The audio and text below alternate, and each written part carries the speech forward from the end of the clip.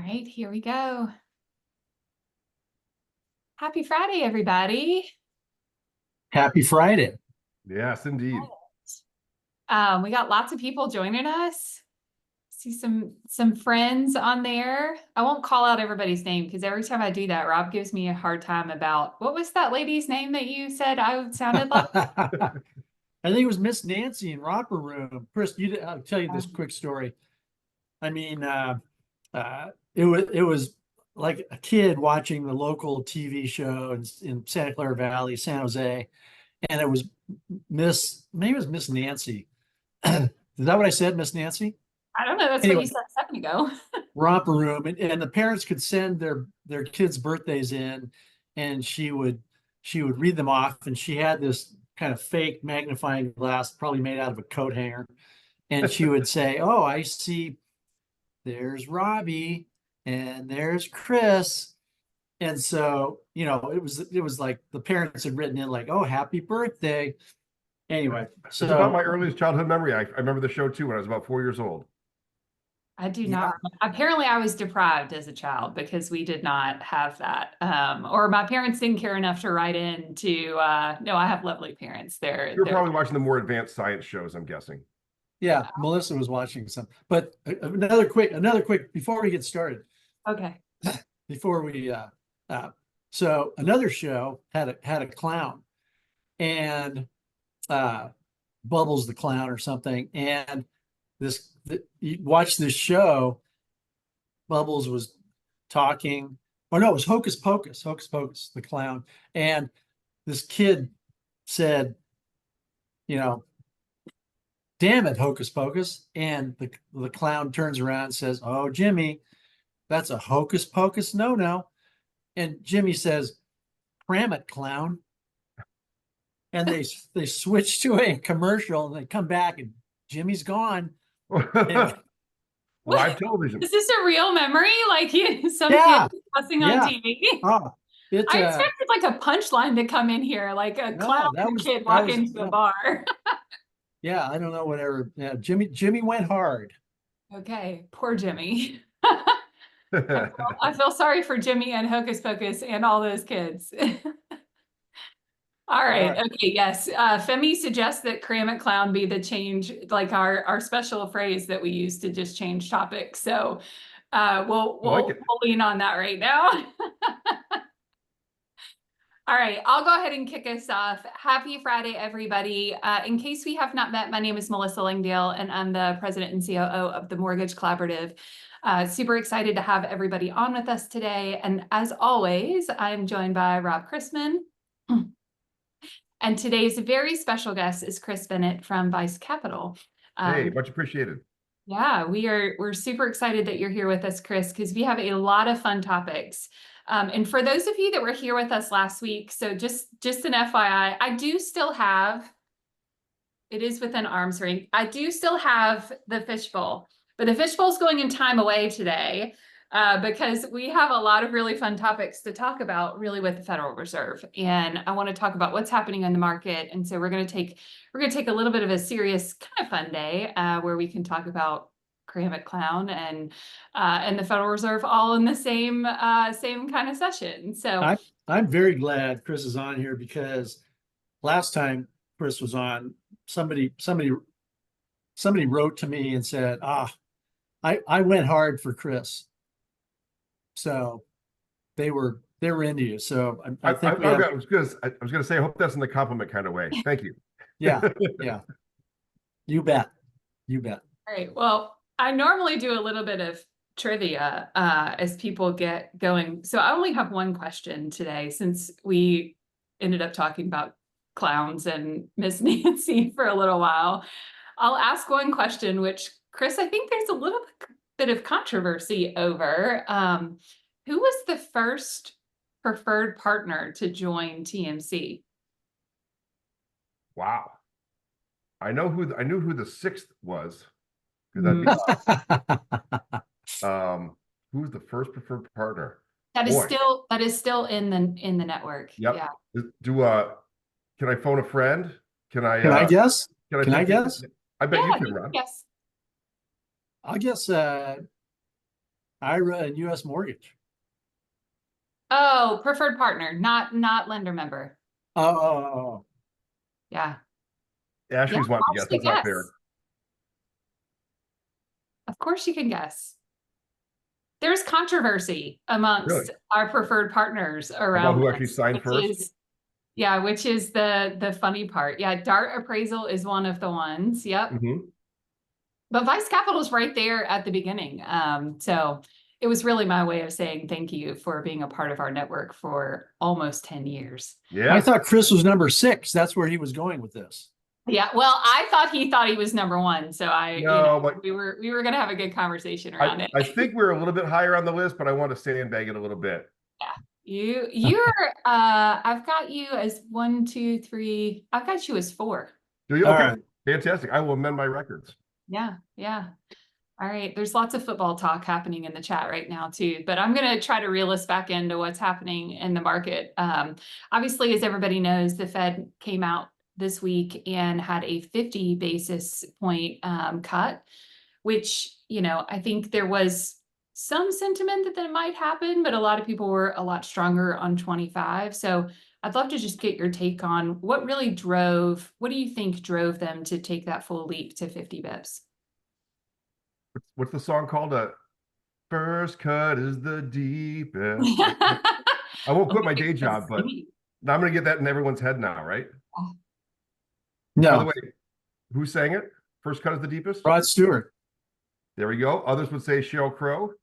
You Okay. can also say Cat Stevens, who wrote it in 1967. Actually, 5 different artists took it out of the charts since then. Okay. Yeah, How John about did that? that. He put Cat in the chat. Oh yeah, there it is, Cat Stevens.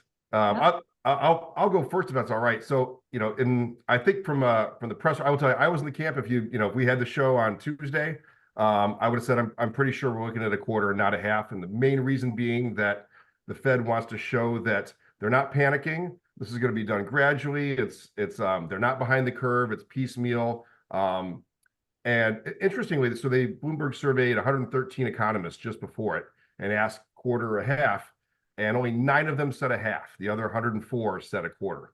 But interestingly, when you looked at the futures markets, where all the money is actually bet, it was really a dead 50-50. So it's kind of interesting. When you talk to economists, you're not allowed to answer 50-50. You got to pick one or the other. But in the end, if you're either choosing between economists or people betting hundreds of millions of dollars, you should put your money with the people that are betting hundreds of millions of dollars. Fed went into their blackout period about 10 days beforehand. So there wasn't a whole lot of action actually that came out of there. And what it sounded like to me anyway from Chairman Powell's presser is that if at the meeting in July, if they'd had the information then on June's inflation numbers and what we got about a month ago, which is where the Bureau of Labor Statistics once a year goes and says, hey, we got tons more data. Here's our revisions to all the non-farm payroll numbers from the last year. And they revised it lower by 800,000 jobs.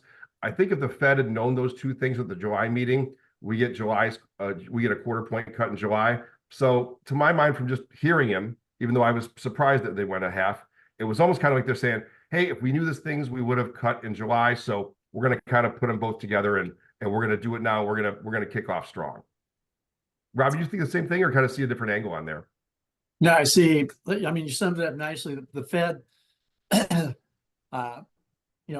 Fed went hard this week to make up some lost ground, to be, to try to escape some of the criticism. I don't think that they are necessarily looking at things the rest of the market is not. But yeah, I think, I don't, of course, the political parties try to politicize, what the Fed did, which I'm not a fan of, but the Fed doing what they did, and sure enough, rates crept up a little bit on Wednesday. I think they crept up a little bit yesterday. I mean, the general trend is down, but kind of is what it is, and it's it's on to the next thing, right? It's on to, what's the Fed going to do next, or what's the next inflation data, or what's the next unemployment data. So I think that they came out, and what's done is done, and I think the market is. I think there are 2 more Fed meetings this year, and I think the consensus is 50 basis points of change by the end of the year. But the question is that I'm hearing, or the issue is, Melissa, that the press and the headlines talking about the Fed cutting rates, and then suddenly the phones are ringing again, even though mortgage rates haven't done jack. Yeah. Right? It was already priced into the market, but at least the phones are ringing, so that's a good thing. Yeah, it's hard for consumers to understand, right? I mean, they know what they see is that rates have gone up so much as the Fed has raised their rate, right? And so they kind of equate the two things together quite often. And it's not just been in this cycle. I mean, as long as I've been in the industry, I've seen it too. Right. You know, It's also, oh, I'm sorry, go ahead. I'm sorry. no, go ahead, Rob. No, I was going to say, along those lines, people need to remember that the stock market is not the economy. Just like the Fed doesn't set long-term rates and the Fed's actions aren't long-term rates. The stock market, whether it goes up or down, is not the economy. It reflects the economy, but it isn't the economy itself. And I remember, what was it, Chris, about a month ago, we had the little 6-hour refi boom. And Right. everybody said, "Oh my God, the Fed is gonna change." Yeah. And I was saying, no, the Fed's not going to react to some stock market move, Especially when it's off the all-time highs, right? Yeah. So anyway, Markets have a tendency to get ahead of themselves. That's for sure. I like to call it, Melissa, the effect that you talked about. I like to call the Yahoo Finance effect, right? If you've got, the loan officers now are going to have to get back into the mode, especially if, other than the pandemic times, we haven't, it's been 5 years really since we had like a little slow easing cycle of getting used to that Yahoo Finance effect of your borrower telling you, "Hey, I just saw on the internet the Fed's going to lower mortgage rates next week," or I just saw on CNBC the Fed cut mortgage rates by 0.5%. What's that mean for me? You didn't lock my loan, did you? There's going to be a whole lot of that loan officers, I think, are really going to have to do a good job of educating their borrowers, educating their referral partners like realtors and builders, CPAs, about what that really means. There's even, I didn't really kind of think about it, but there are a lot of folks in mortgage banking who, I got asked this several times in the last couple of weeks of, Chris, I hate to ask a dumb question, but what exactly is the Fed funds rate? And actually, I mean, if you're in somebody in mortgage banking, that's one of the 95% of people who aren't in, capital markets or a CFO or that kind of folks, it's a very legitimate question, right? Sure. So, and for a lot of people maybe on this call that don't know, the Fed funds rate is the rate for one-day loans, overnight loans between banks. And the Fed sets that in a band, and they maintain that band by either buying or selling in that freely traded market to keep it within that band that they set. There's also a new thing they can control called interest on excess reserves. What you can do is, instead of actually having to make formal loans, you take a look, let's say you're a bank, you're a credit union, you say, "Hey, I've got $75 million more in reserves than I'm required to have. So I have an extra $75 million today." You can get paid that interest on excess reserve rate by the Federal Reserve without having to actually make any transactions at all. So that's what that actually means. And so helping people to understand that, the Fed doesn't set mortgage rates, the Fed doesn't set rates for the 2-year Treasury, the 5-year Treasury, any of those things. It's only simply overnight loans, either between banks or between banks and other depository institutions like credit unions and the Federal Reserve. Yeah, I love it. That's such a great explanation. And I think it is confusing, even for people that are in the industry, especially if you don't work at a bank. They may not understand how all of that works. I think what's interesting too is really, for me, like the Fed is kind of poised to lower rates, right, over the next couple of years. Which, you would think would be a great positive things, but we also hear a lot about, oh gosh, it's already baked into the market. There's a thought around, is this really going to be impactful for us or not on the mortgage side of things? I'm curious if you can help shed some of or share some of your thoughts on, is it already baked in? Is it not? Is it a little bit of both? Yeah, to me, I think those things can be true at the same time. Rob does a really good job in his commentary of helping people to understand that this is why mortgage rates don't just go down a quarter at 50 basis points at a time. all these things are known and expected by the market. An analogy I started using that people have kind of liked in the last few months is a Tootsie Roll. So I'm not talking about the little Tootsie Rolls that you get at Halloween, not the little bite-sized ones. I'm talking about the good old-fashioned, like you went to the drugstore, you saved up your money, and you bought a big old long Tootsie Roll. And remember, they're perforated, they're kind of cut into chunks. Yep. Yeah. So when we talk about what the Fed's doing and its effect on mortgage rates, think of mortgage rates, mortgage bonds, mortgage-backed securities. They're going to move very similar to a 5-year treasury. Why? Because the average mortgage lasts 5 years. The average person stays in their home about 10 or 11, but the average mortgage itself, because people can refinance, lasts about 5 years. So if you think of a 5-year treasury as being this Tootsie Roll with 20 different little chunks in it, every one of these chunks is a quarter. There's 4 quarters a year, there's 20 quarters in this 5-year treasury bond.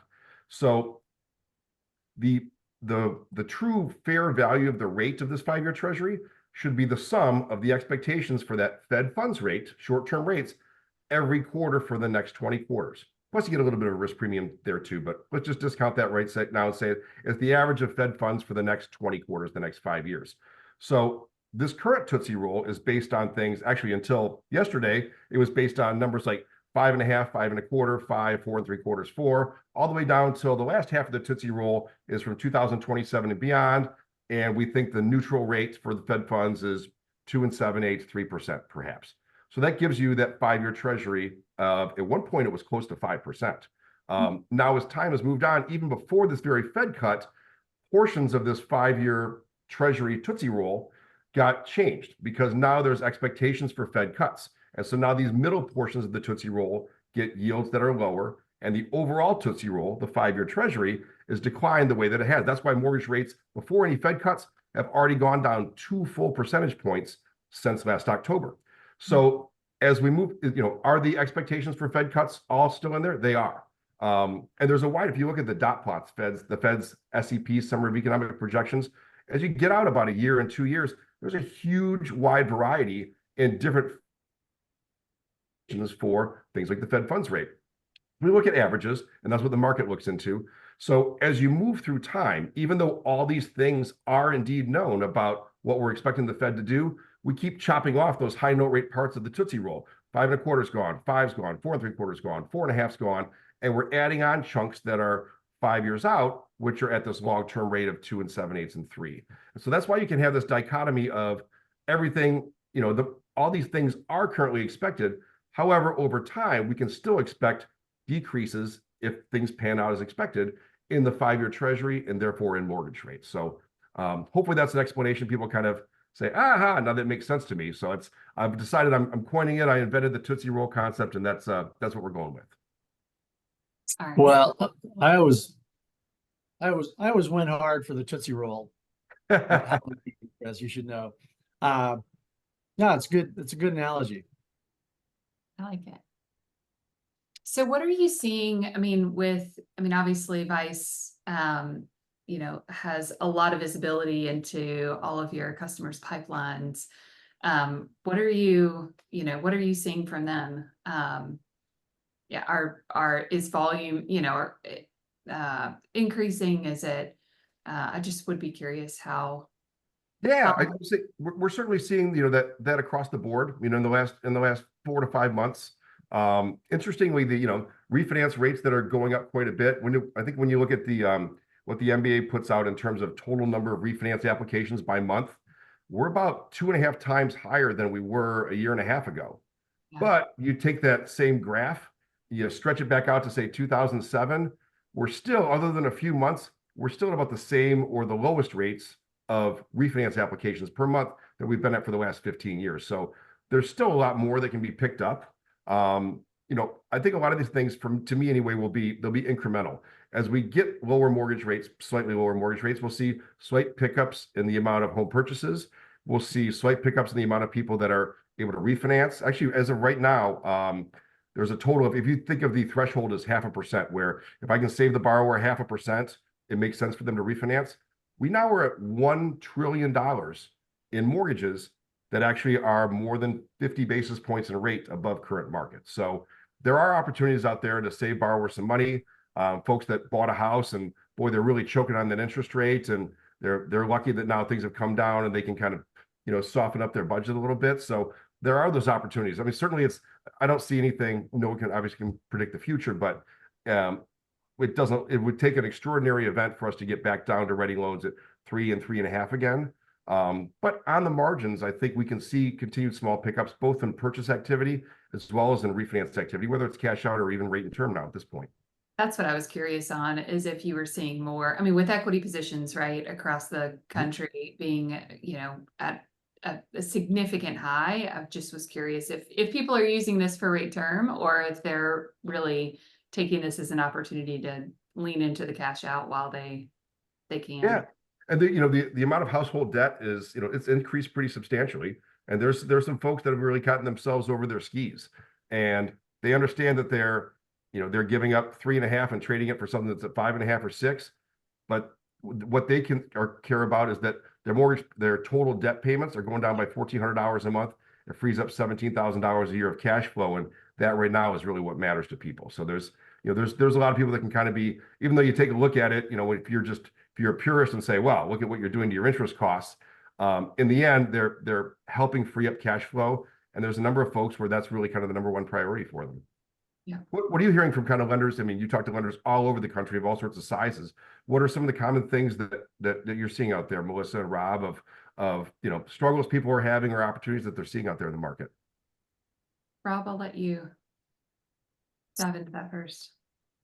Well, first of all, I'm wearing a Hawaiian shirt because, Chris, as much as you love summer, this is the last Friday of summer of 2024. We have the autumn equinox on Sunday. So I went with the tropical shirt today. But I think, and why I bring that up, not to talk about my wardrobe and the fact that I went hard into the Hawaiian shirt here, but a lot of people, they have this seasonality. Oh my gosh, summer's over, so I can't wear white shoes anymore, and there goes my purchase business. But the fact of the matter is, the refis have been really all over the map. But when I talk to loan officers in the last few weeks, they're actually seeing a pickup in business, not only refis, but purchases. And the funny thing, it's not funny, actually, it's kind of tragic, but we're getting near $1.1 trillion of credit card debt. Mm-hmm. And maybe you are working with a credit union and you're only paying 9 or 10% on a credit card, or maybe your credit cards with Nordstrom's or Macy's or Sears or Kmart or any other extinct store. But I mean, you could have rates in the high 20s, even low 30s. And if you think about $1 trillion paying, a bunch of people paying 20 or 25% on average on $1 trillion or 1.1 trillion, that's a heck of a lot of refinance potential given the equity that people have in their homes. So it makes all the sense. And certainly the ads that I've run in my humble little commentary, Melissa, there's a large number of HELOC ads and companies trying to capitalize, figure, seconds, whatever it might be. And I think, a rate move down helps that. So we'll see if it has a big impact. But right now, I think that at least among the clients or the companies and individuals that I speak to, yeah, they've seen a pickup in business. And, it's a mix of purchase and refi.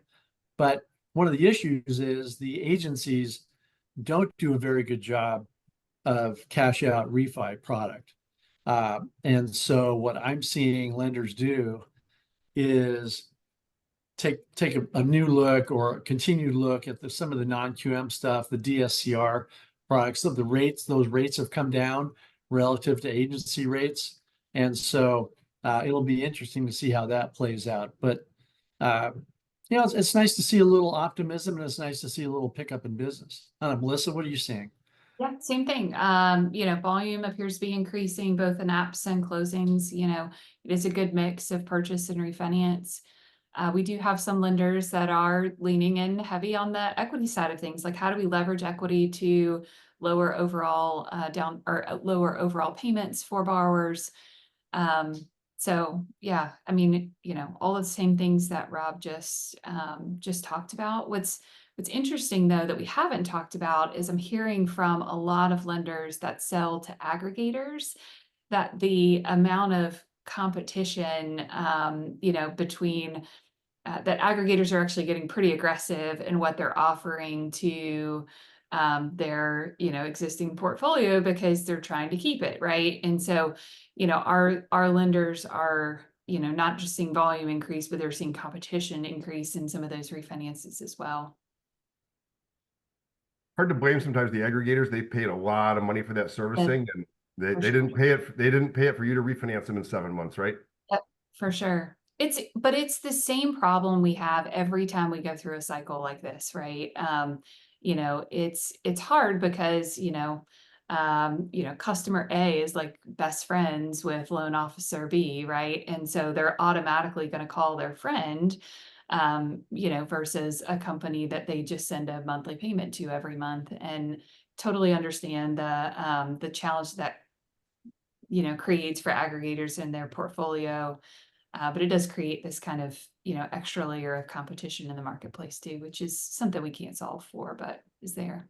It certainly matters a lot having a true relationship with your borrower, right?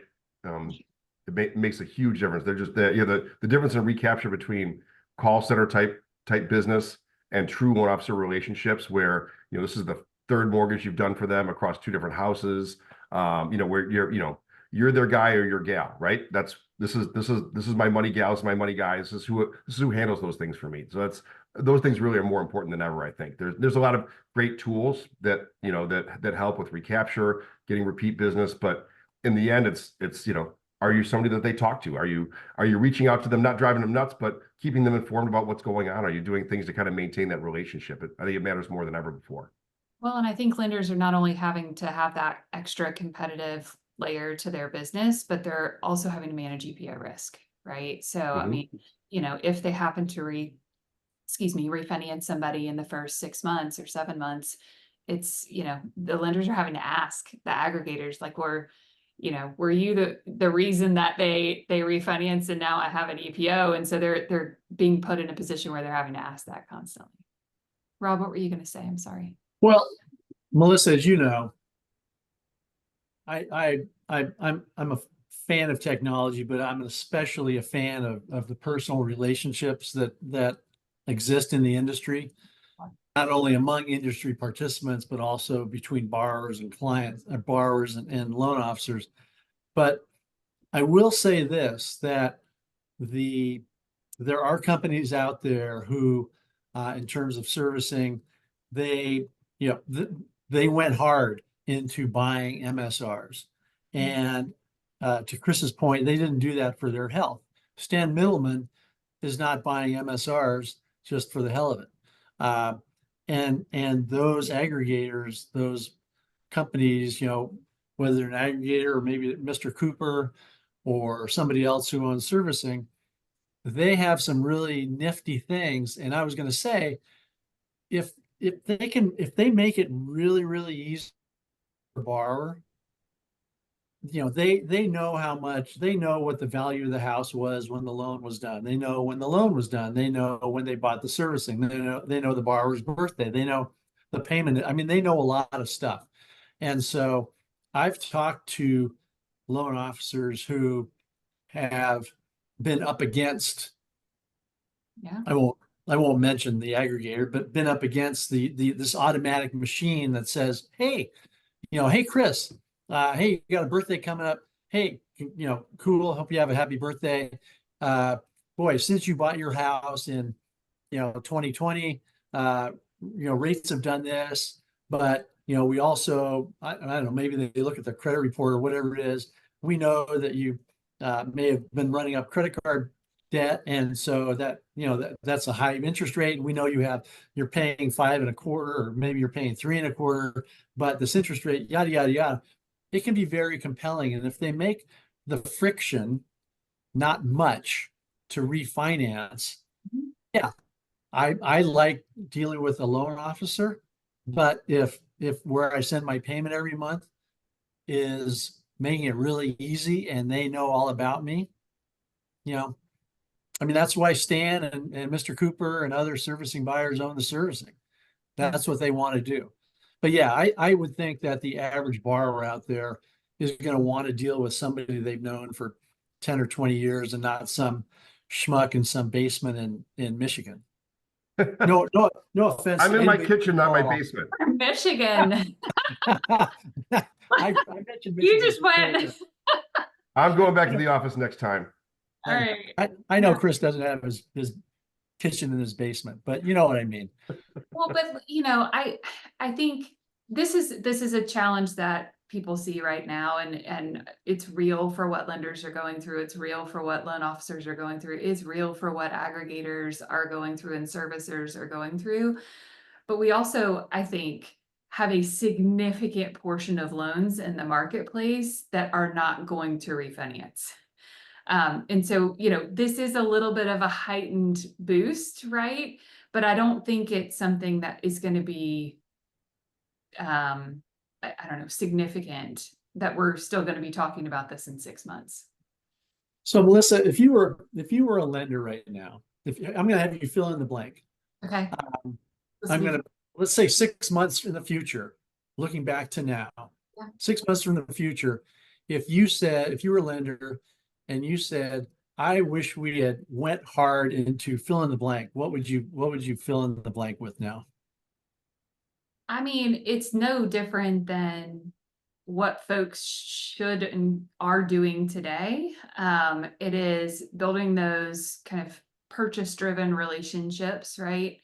And maintaining relationships with your existing database. It's not rocket science, right? I agree. I don't have any magic answer to that. No, I knew I put you on the spot. I think a record has been set for the most time saying go hard in a 30-minute Yes. show. I'm very impressed, by the way. I'm waiting for Melissa. I'm I'm waiting for Melissa to join in. Yeah, no, I'm gonna go back and check how many times that was actually. We did have one question in the chat, and I know we're like right up at time, so we might go over about 1 minute to answer this, but we did have somebody ask about the 10-year and tracking the 10-year. Paul Campbell. Yeah. And that being the guide, is that still what you guys would suggest for folks to watch today? To me anyway, so the 10-year treasury is the benchmark of it's the most talked about. It's the benchmark yield. However, if what you're concerned about is how are mortgages going to perform, what can I expect out of current coupon mortgage-backed securities, the 5-year will actually have the closest correlation. Even though the 10 year is the benchmark, it's talked about the most. The strongest correlation to current coupon. So, for example, if you want to look at the price performance of a Fannie Mae 2.5 coupon security, absolutely it's the 10-year yield because those are going to last 10 years. They're not refinancing. But if you want to look at current coupon mortgages, the 5-year actually will have the tightest correlation because they have that same duration. I love it. All right. Well, we are all up at time. Chris, thank you so much for spending some time with us. It was an awesome conversation, and we got to hear Rob say going hard like 10 times while we were on the call. So I'm gonna do the math. Yeah, it was a fun afternoon. Happy Friday, everybody. Thanks for joining us here today as well. And we'll see you right back here again next week. Thank you both for having me. Chris. Thank you, Melissa. Thanks, everybody.